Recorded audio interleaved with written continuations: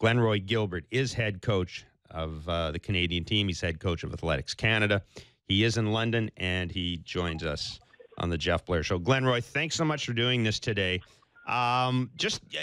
Your initial thoughts about Andre De Grasse not being able to run. How did you find out? And can you tell me, before we talk about Andre in particular, what type of an impact this has had on the entire Canadian team?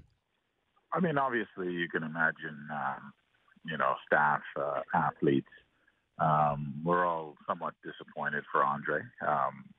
We knew that this was something that he had been working towards. So obviously, when an athlete gets hurt and is unable to compete in the biggest meet of the season, the impact on them is first and foremost, and then of course the rest of the team. But I think people are rallying and certainly supporting Andre and his coach, and the decision to pull out of the competition, just not to have greater setback in terms of injuring himself. How exactly did he injure himself, and when did you find out, Glenroy? You know what? I'm not sure of the details around how the injury came about. I think his coach can certainly speak to that.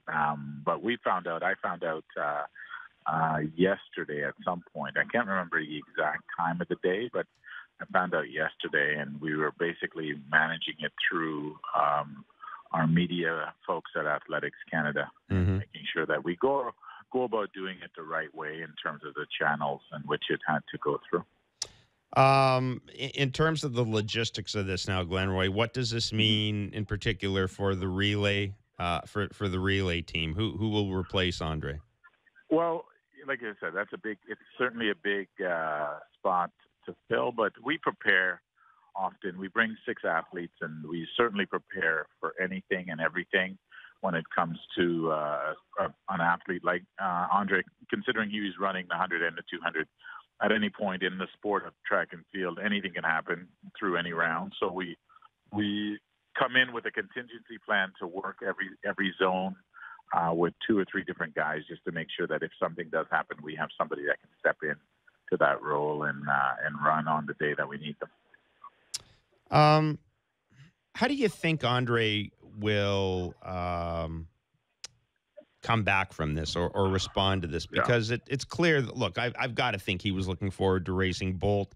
Chances are now he may not get to race Bolt, although, I think a lot of us sort of always, anytime Usain Bolt makes a pronouncement, you kind of put a little asterisk beside it. But how is he going to react to that? Because this was probably going to be the biggest race of his young life, I would think. Yeah.